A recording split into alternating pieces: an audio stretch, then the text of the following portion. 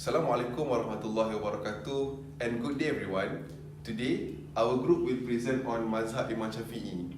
But first, let me tell you a little bit of history regarding the emergence of the Mazhab. During the Abbasid or the followers era, dispersion of Muslims all over the world led to it being hard for them to perform ijma' or having a unanimous agreement regarding a certain ruling.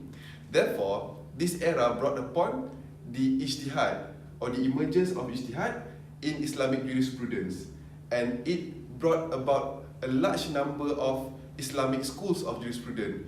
One of the four most prominent schools of Islamic jurisprudence is Mazhab Shafi'i.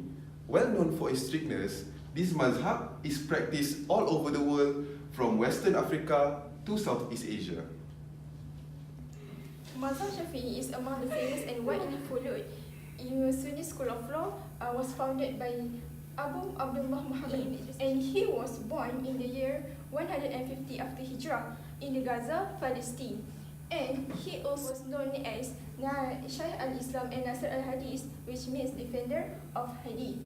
He lost his father during infancy, and he was raised by his mother in very poor circumstances, and he spent his formative years acquiring religious education in the cities of Mecca and Medina.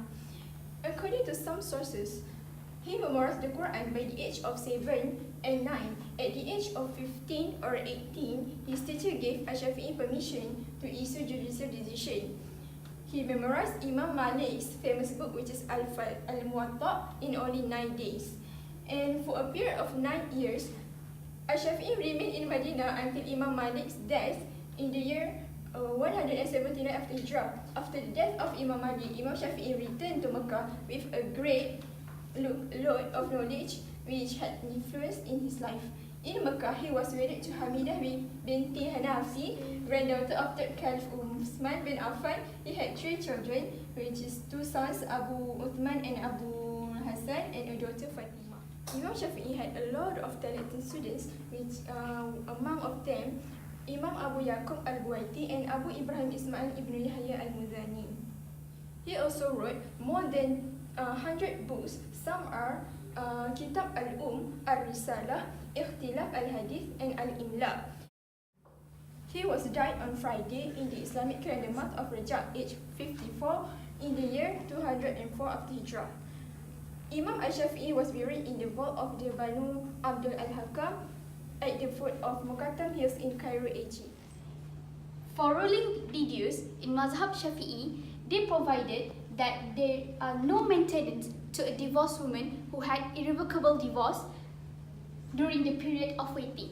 This is because Imam Shafi'i followed the hadith of Rasulullah in the case of Fatimah binti Qais. She is reported to testify before Umar that she had 3 times divorces, and she complained this matter to the Rasulullah. Then he made no provision in this matter. The second reason, Imam Shafi'i also interpreted the Quran in Surah Al-Talaq, verse 6, which contains the provision of providing maintenance for pregnant women. Okay. So let's look at the primary sources of Mazhab Imam Shafi'i. The first one is Tafsir al-Shafi'i. In Tafsir al-Shafi'i, it contains 745 interpretations from 95 chapters, and the interpretation of verses include fiqh verses, Aqidah verses, Mu'amalah verses, Akhlaq, and Sirah verses. And in Tafsir al-Shafi'i, they use the method which is Tafsir al-Maqsur, where they use Al-Quran and Sunnah as the main sources in interpreting verses. And Imam Shafi'i also includes ijma', qiyas, words of Sahabah, scholars' opinion, tabi'in, and the interpretation is according to literature and is according to the Arab literature and language. And the most important thing in this Tafsir al-Shafi'i is that he rejected Israelite elements in the tafsir. And it is free from incorrect elements.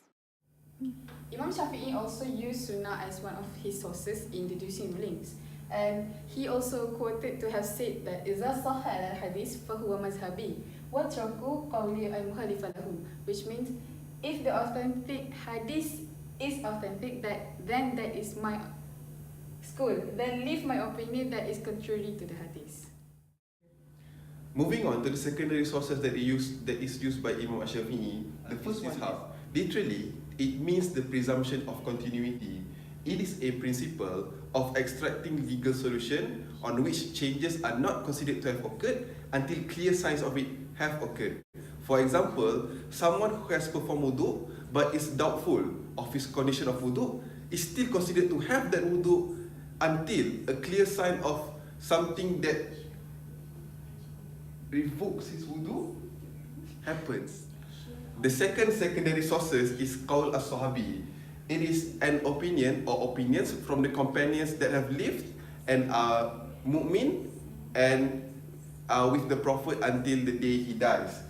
These sources are accepted by Imam Shafi'i.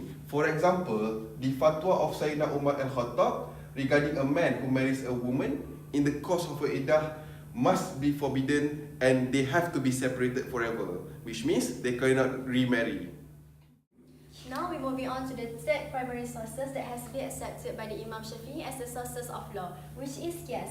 Generally, qiyas can be defined as a extension of the Sharia value from the original case to the new case because the latter of the case has the same effective cause. So, qiyas only can be accepted as a sources of law if the qiyas is rule based on Quran, Sunnah, Ijma' and consensus of opinion and the juries. Okay, for the first one is ijma'. Ijma' generally can be defined as an unanimous agreement of the mujtahidin of the Muslim community. According to Imam Shafi'i, only ijma' sarih will be accepted as the sources of law. And Imam Shafi'i firmly refuted ijma' sukuti as the sources of law because in his opinion, ijma' sukuti will raise a confusion to the community. For the conclusion, Imam Shafi'i is a well-known Islamic jurist and a founder of Mazhab Shafi'i. He learned from Imam Malik and becoming one of Imam Malik's disciples. And he also heard opinions from other Islamic scholars as well. And during his days, he contributed a huge part to the science of Islamic jurisprudence.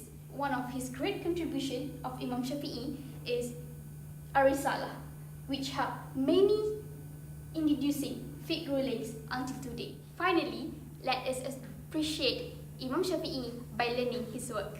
Thank you.